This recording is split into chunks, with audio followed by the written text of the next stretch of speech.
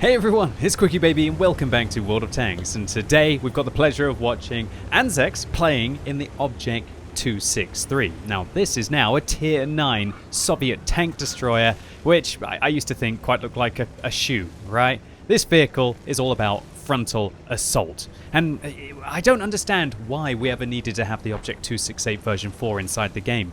This vehicle at tier 10, in my opinion, was perfect for somebody who wanted to play an assaulting tank destroyer. It had wild DPM, it had great speed, as you can see here, faster than many medium tanks at tier 10, or at least on par with many medium tanks at tier 10, I should say. And when you combine this with a decent gun with 560 alpha damage, well actually 550 alpha damage and 270mm of pen, won this 130mm, and you were just absolutely kicking butt, for lack of a better term, at tier 10. Then when Wargaming decided to move it down to tier 9, they significantly reduced the damage per minute of the vehicle and kind of held back other areas of the tank as well. Toned down the mobility a little bit, but mostly kind of just kept that frontal armor. Now this tank's armor is all focused above the lower plate. The lower plate on this tank is actually trash, and you've got to watch out for that.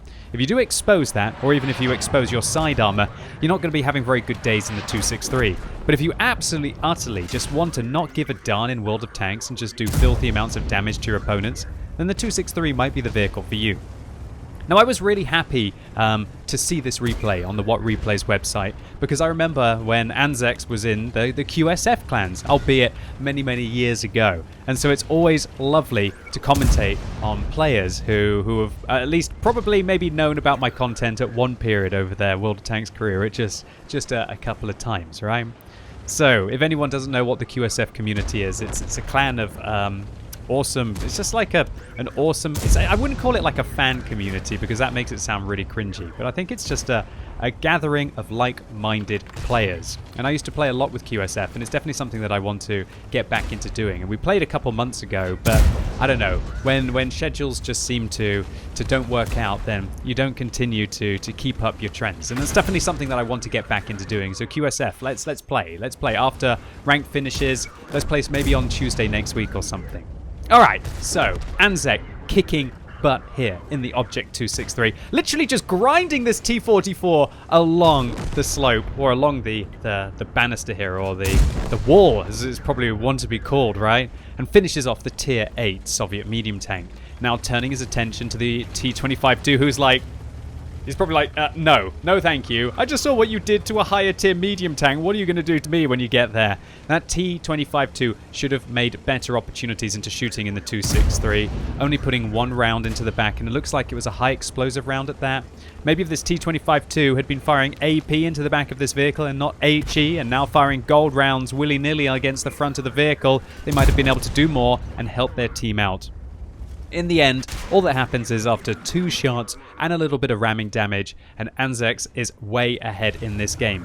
Now dealing with a tier 7? Is that? Yeah, it must be a tier 7 because this is a tier 9 tank destroyer, right? A tier 7 Chinese tank destroyer, the T-34-2G, probably one of the least popular vehicles in the game, I'd say, these Chinese tank destroyers, and that's why you don't see them very much. Just what's going on with these high explosive wielding low tier tanks? The Batchat 12T firing HE rounds into the back of Anzekz, and Anzekz actually makes the first bad shot of the game, but a lot of that was probably down to the fact that he didn't have a fully operational gun.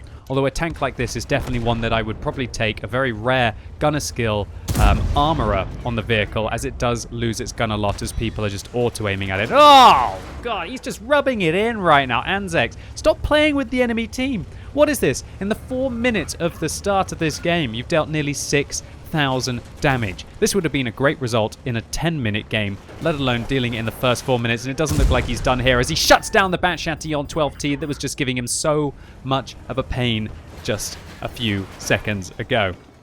Alright, having pretty much obliterated the western flank, I wouldn't say single-handedly, because Anzekz definitely made use of his team in the support, because if this vehicle does get swamped, if its tracks get taken off, it's a very easy target, or even if it's flanked, all it takes is 1 or 2 vehicles to be on the side or the rear of this tank for at least about 30 seconds, and then it will be pretty much out the game.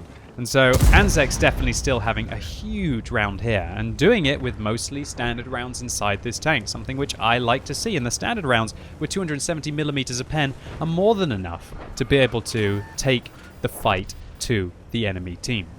So the 263, it's looking pretty good at tier 9, right? I guess the only thing that really holds this tank back is the fact that its base DPM is rather lackluster at 2,156.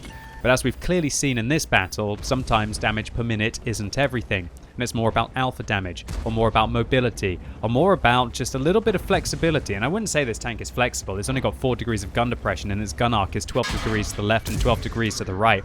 But I think it's really the speed of this tank that makes it flexible. It's not the gun handling on the front of the tank, that's for sure. It's very much you must keep your opponents right in front of you to be effective. But just having the speed in this tank has allowed us to do things that other tank destroyers just simply couldn't. And having the armor to be able to block what a lot of other tier 9 tank destroyers would have already died from at this stage of the game. Alright, so another casual 2 shots in there, and Anzekz is now up to 8,000 damage in this tier 9 Soviet tank destroyer. Now paying attention to the IS-3 in front. A bit of a rushed shot, but when you're sitting on 177 hit points, you can't really blame Anzekz for just firing clutch. And when the aim time is as good as it is on this tank, then you can't really worry too much about things like that. It's 2.1 seconds aim time on this vehicle, and decent dispersion values as well. This is really a tank that you can keep moving all the time and still be just, well, not just as effective, but nearly as effective, which definitely leads to this vehicle being impactful on the battlefield. Alright, the IS-3 has turned its turret to the side. That allows Anzekz to go in, and a bit of an average roll there, unfortunately, leaves the IS-3 on 42 hit points for the Bat Chatillon 12T to finish off. Now up to 8,900 damage that we have seen, boys and girls. Anzekz has to deal with a tier 9 heavy tank on the enemy team, who's probably looking at going, what do we have to do to stop this vehicle? 7 kills, half of the enemy team vanquished already, with 3 remaining tanks left. Still up in the air whether Anzekz is going to be able to claim them. Tiger 2 in the back, a bit of a funny spotting mechanic there. I have no idea how that Tiger 2 is staying hidden, but oh well. Anzekz probably manages to deal some damage to the Tiger, and there you can see a big old hole in this left-hand side of the vehicle, and 585 damage dealt with the blind shot. Following it up with 600, now the 263 is just rubbing it in as it goes way above 10,000 damage. If we're including the 500 dealt to the Tiger 2 there with the blind shot, we're talking about nearly 11k in this game of World of Tanks that we saw. Just what a preposterous result. This truly is a tank that doesn't care.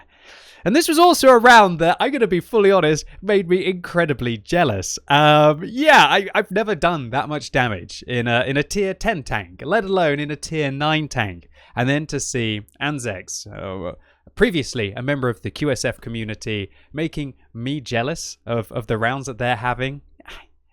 It's a pretty good feels-good moment in the end. It's kind of like a little bit of a sweetener. Maybe my jealousy will turn more into a feeling of respect. So, let's take a look at the post-game stats. So, a cracking game here for Anzekz. This was his second mark of excellence inside this tank. Congratulations to you for that. Was there any surprise that this would be an ace tanker for 1,989 base experience? Add that to a Radley Walters medal, a Confederate, a steel wall, and a high caliber for, let's take a look, see how much damage that was blocked. 2,820 and near 11,000 damage in a tier 9 tank. Just simply ridiculous stuff. And again, one of my favorite things about this replay is that the premium key was not dabbed excessively. 25,000 credits profit without a premium account, which would have likely been something like 40 or 60k with, and this was also a stellar free-to-play performance. So the 263 is a bit of a funny one at tier 9. It no longer has that great view range that it used to have at tier 10, which means that while you're very good at close quarters combat, can really struggle at trying to spot at decent distances. Add on to this the very poor damage per minute and the fact that Wargaming have lowered the premium penetration of this vehicle down to 300. And yeah, you can see where they were definitely squeezing this vehicle when they dropped it down a tier. But on the other hand, when you move a tank down a tier, you probably need to do a little bit more to the statistics than that if you want to try and keep it balanced. And so that's why the 263 has one of the best win ratios of any tier 9 tank destroyer in the game right now. It's the beautiful aim time, it's the great speed, it's the decent alpha damage and decent penetration on the standard rounds that leads this to be kind of a heavy tank counter that can also deal with medium tanks as well. And it just always makes me actually feel curious as to why Wargaming ever felt the need to put the Object 268 version 4 in the game instead of this tank, as I really didn't see anything wrong with it and thought it was a great assault vehicle as it was at tier 10. And everybody, at least on the European and North American server, will let you know about how popular the Object 268 version 4 has been with the player base, and how much damage it frankly did when it was in its unbalanced state, albeit a couple of years ago. So even at tier 9, the Object 263 would still get a firm recommendation from me. It's a great vehicle if you don't want to have to deal with tier 10 only matchmaking, and you want to have a little bit of variety that can let loose in a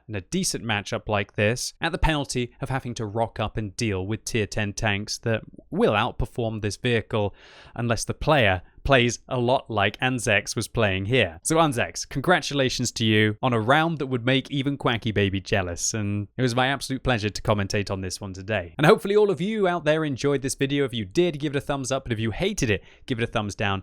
And let me know in the comments what you think about the Object 263 as being a frontal assault tank destroyer. Do you think it's a vehicle that is just too vulnerable to outplays by the enemy team if it gets locked down? Or do you think just the ability for this vehicle to weather punishment combined with the speed that it has more than it makes up for this? And as always, thank you so much for watching. You've been epic, and hopefully I'll see you soon.